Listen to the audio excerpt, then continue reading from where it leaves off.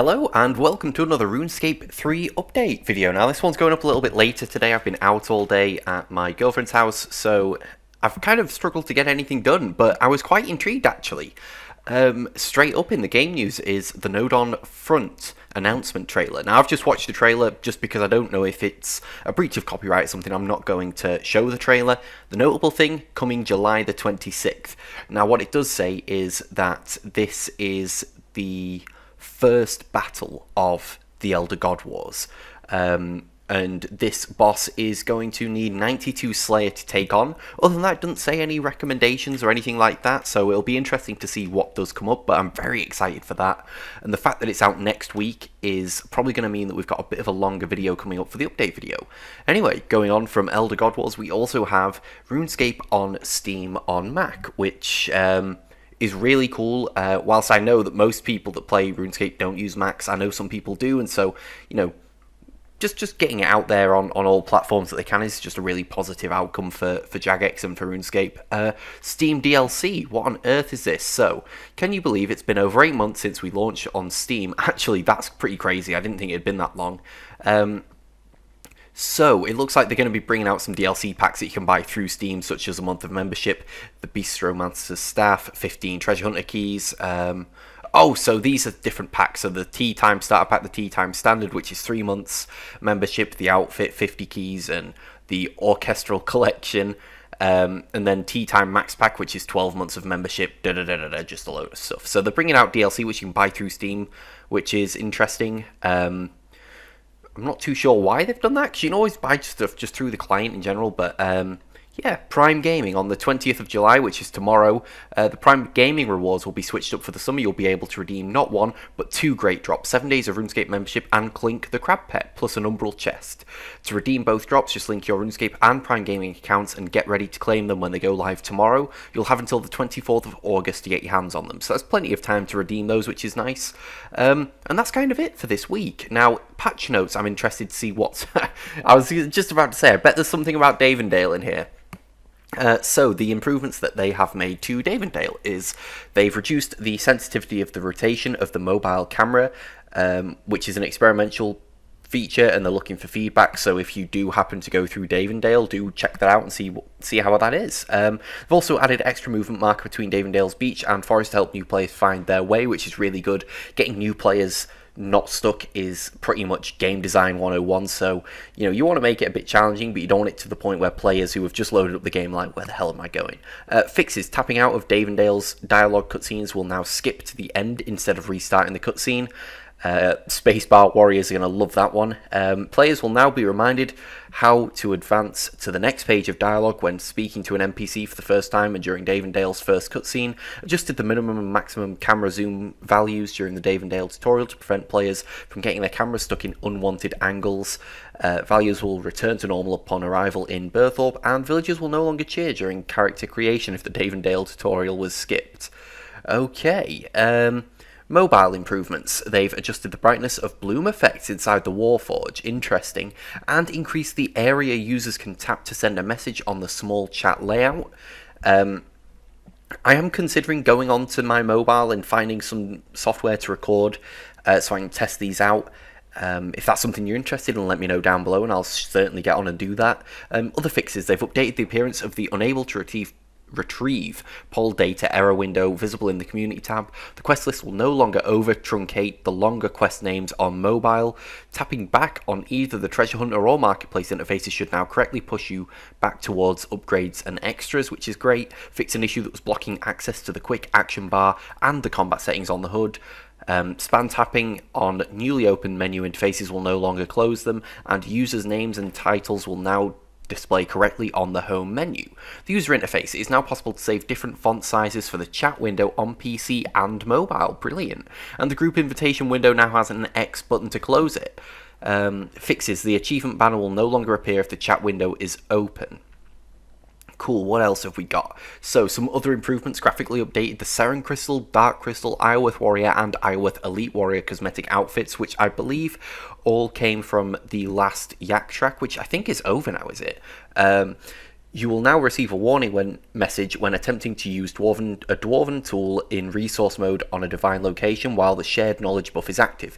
Previously, the buffs would wipe each other out and players would lose both benefits while still consuming tool charges. The membership upgrade button has been removed from the PC version of the game, and slaying cows in the paddock will now contribute to the Berthorpe path task till the cows come home. Some fixes: attacking Araxor within a few seconds of its spawning will no longer cause it to immediately use a special attack. I've noticed this. My meta for, well, not meta, but my tactic for doing Araxor was I would literally, the first thing I would do after attacking him was use anticipation, because I knew that a special attack would happen, but it's not been happening recently, and I was wondering why that was. Because I always click on Araxor while he's still coming down from the ceiling. I just spam him. So that's really cool. I guess it means you've got a bit more time to prepare yourself, because it didn't always use that special attack.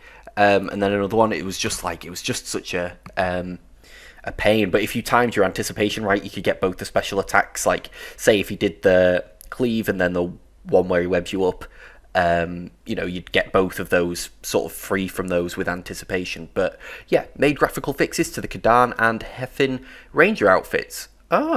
Okay. Special attack energy will no longer be decreased by 5% when leaving combat while in Legacy combat mode. Players will now receive the correct cosmetic tokens when skilling at the beach. All incorrect tokens will be swapped out upon login. I don't know what that means, actually. The correct cosmetic tokens. That's interesting. The minimap will no longer refresh at every stage of Tutorial Island. Exiting the lobby within a clan citadel will no longer log players out. Summoning focus components can now be traded individually. Pets will no longer randomly disappear after teleporting from the Shadow Reef. Agaroth will now appear on schedule after killing all 4 tentacles during his boss fight.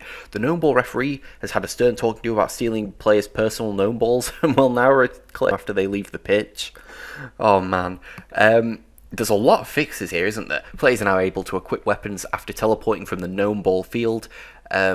The set effect for Linza, the disgraced equipment, will now trigger correctly. Using quick chat phrases in clan chat will no longer cause crashes. A lot of these I've never heard of, so it's interesting that I'm reading them here. Fixed an issue where incorrect chat phrased were being sent in non-local chat windows. Getting a new Slayer task from Summoner will no longer cause unexpected logouts. Hotfixed inactive stackable scrimshaws can no longer be combined with active ones for free additional time. Okay. The Seize ability no longer causes the character to forget their main target. Yes, this was something I actually tried on Araxor while I was doing him. I would use it if I had just used a threshold and either a mirrorback spawned or he went into his little web to hide and heal. I would use it, but then I'd realise when I used an ability that it wouldn't attack Araxor, and I'd have to manually click. So it's cool that they fixed that. What else have we got? The Seize ability buff is now correctly removed after attacking again. The last selected achievement feature will now account for in-focus meta achievements and will keep them expanded. And it's fixed a graphical issue with the soft punk hairstyle. Brilliant. One thing I did want to look at was the Kadan... Where are we? It's up a bit more, isn't it? It said it somewhere. Here we are. Yeah. Graphical fixes to the Kadan and Heffin Ranger outfits. I'm guessing that's like the player ones, not the actual character models themselves. Anyway, community. So there is going to be a YouTube premiere for Elder God Wars tomorrow at 4 PM game time. It's going to be super interesting, and yeah, it's going to be a short video about the first stage of the epic saga, featuring never before seen footage and commentary from the J-mods themselves. And then the day after, on Wednesday, the 21st of July at 4 PM game time, there is going to be a lore stream, which, I mean, I love all the lore. I'll probably tune in for this if I'm not busy. And you're able to ask questions and find out all the lore behind the Elder God Wars, which, by the way, if you've been following a lot of the RuneScape lore, it is truly brilliant. It's really good.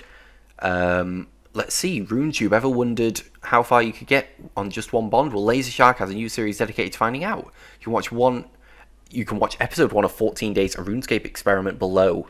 Interesting. That's a really cool concept, actually, to see how far you could get with one bond. And then, of course, some art. Bloody hell. Brilliant. Nina Ray has created this, which is absolutely brilliant art, really, isn't it? Look at that. And then you've got Zilyana's like minions there as well. Where's the unicorn dude? He's not there. Oh well. What else have we got? Some Scaper screenshots. Yep, that was me yesterday, and I look like a bloody squashy now because I had a t-shirt on. It's not good. Some cool screenshots. Not as, I mean, that one's pretty funny. Not as impressed as I have been in the past. How did he get that as the night thing? Oh, that'll be like a custom shader, won't it? Like, that you can make in the skybox filter thing. And then Community Corner Pink Skirts event. This week's featured Pink Skirts event. Mad Clicker, Tuzzy Jake, and the Little Tuzzies clan will be taking on Vindicta. You can join them this Friday, the 23rd, from 1 till 2 p.m. game time on World 85 at the heart of Gilinor's Zaros lobby. And then a community shout out to the Elite Dungeons Discord team, which is a non-toxic, learner-friendly Discord dedicated to helping players find teams to run the Elite Dungeons with. You'll also find achievement guides, boss strategies, and loads of other useful information. To be honest, I'm probably going to save that for later, because I've been looking at wanting to do the Elite Dungeons properly rather than just for trash runs for quite some time, so that'll be quite interesting. But yeah, that's it for this week. There's nothing really in-game to show you, although that will definitely change next week. Depending on the size of the update and the boss and stuff, I might make a separate dedicated video simply to me checking out the boss and giving it a go, and then have the update video separate, but I guess we'll see when we get to it. I've also noticed these update videos are a lot more popular than the other ones, which is quite interesting because I didn't think they were going to be too popular. I just thought for those of you interested in updates, you'd probably want to check it out. But yeah, because honestly, I didn't think they were going to be good at all. I thought I'd get maybe 10 views on them, but someone would get some benefit from it. And I always look at the updates anyway, so I thought I may as well just record it. But I'm glad to see you're all enjoying these so far. If there's anything I can do to improve them, please do let me know as well. But I'm going to leave this here. Thank you very much for watching. If you enjoyed this video, make sure you leave a like and subscribe if you're new, and I will see you all in the next one.